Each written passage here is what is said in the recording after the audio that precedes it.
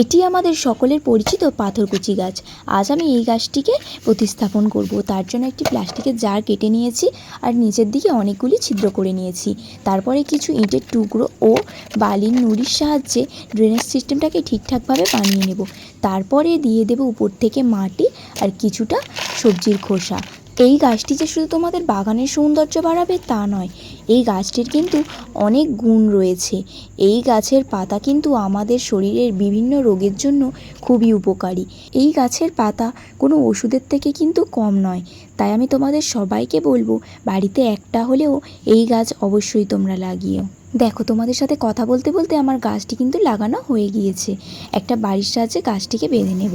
এই গাছটি কিন্তু আমি ম্যাচিওর অবস্থাতেই লাগিয়েছি। তোমরা চাইলে এর পাতা থেকেও কিন্তু নতুন চারা বানিয়ে নিতে পারো। এর পাতা থেকেও খুব সহজে চারা তৈরি হয়ে যায়। তারপরে একটু জল দিয়ে দেবো, ব্যাস। আজকের মতো চলি, বাই।